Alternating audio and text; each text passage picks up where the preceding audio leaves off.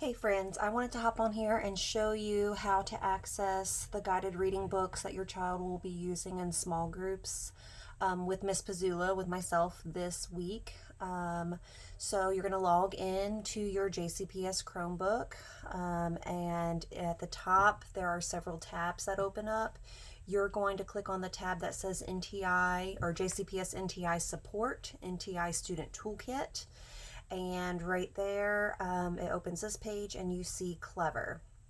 You can click on the Clever portal that way to access the books that you need. However, if you have a device that is not a JCPS issued device, then the way to get to Clever would be to open your browser, and you can just search for Clever by typing it in the Google search bar, and it pops right up, Clever Single Sign-On for Education. You're going to click on that, and up here in the top student it tells you to log in as a student in the blue box, so you're going to click on that.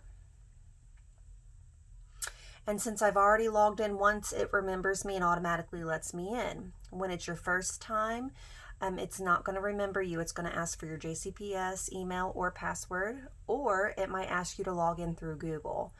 And if you're already logged into your laptop with your JCPS username and password, when you click login with Google, it'll take you straight into Clever as well.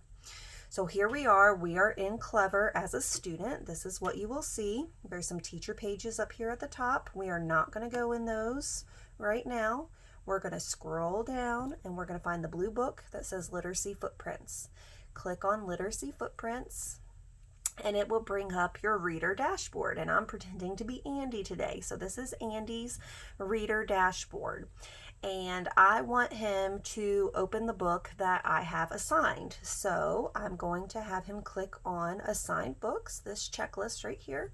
Click right there, and you can see that Andy has 2 assigned books.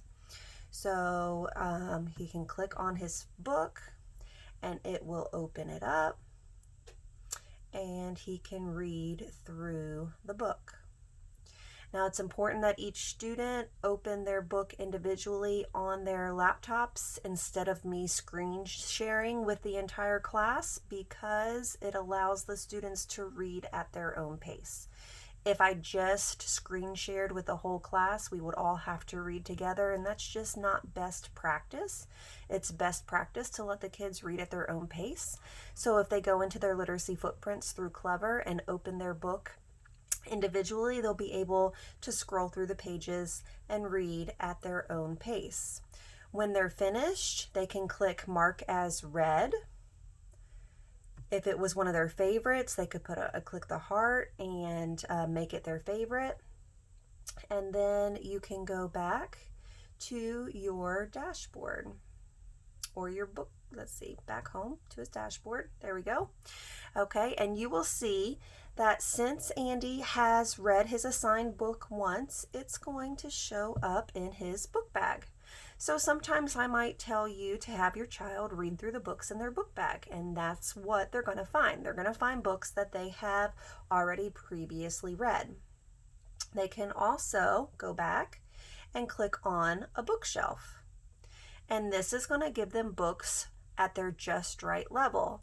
So if you're doing your independent reading time and you don't have a book at home, you can use one of these on the bookshelf. So that's that. Go back home. If he marked it as a favorite, it'll show up here. That way he can always go back and reread his favorites. If he goes back to his list of assigned books, you will see that At the Aquarium is no longer there because he has checked that he already read it. So again, if he needed to pull that book back up for our reading group, he would go back to the home icon and he would go to his book bag, and that's where he would find his book.